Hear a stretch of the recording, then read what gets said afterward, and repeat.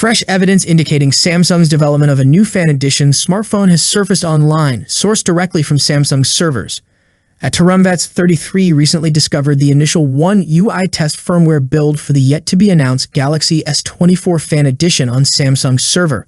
This revelation unveils the model number for the international variant, SMS721B, indicating Samsung's ongoing development of the One UI experience tailored for a new Fan Edition device. The Galaxy S24 Fan Edition is expected to launch soon, as its name has been seen in recent certification and testing documents.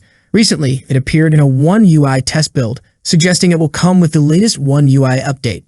Some reports say the S24 Fan Edition might use either the Exynos 2400 or the Snapdragon 8 Gen 3 chipsets, the same ones in the Galaxy S24 series.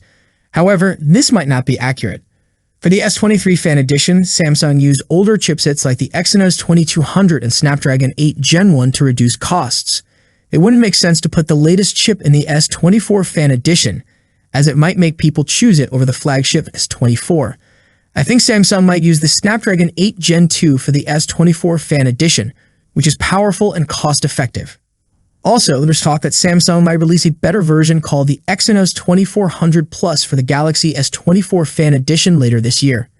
Rumors suggest it will be more efficient and have other improvements. The Samsung Galaxy Watch Fan Edition was just leaked with official images and specs.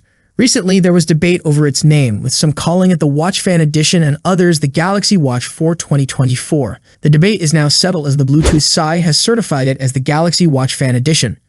The Galaxy Watch Fan Edition is essentially a relaunched Galaxy Watch 4 as confirmed by recent leaked specs.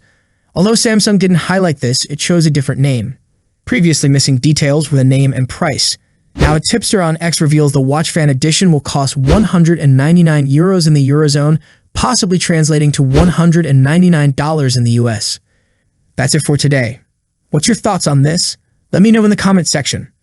As always, see you in the next video. Peace out.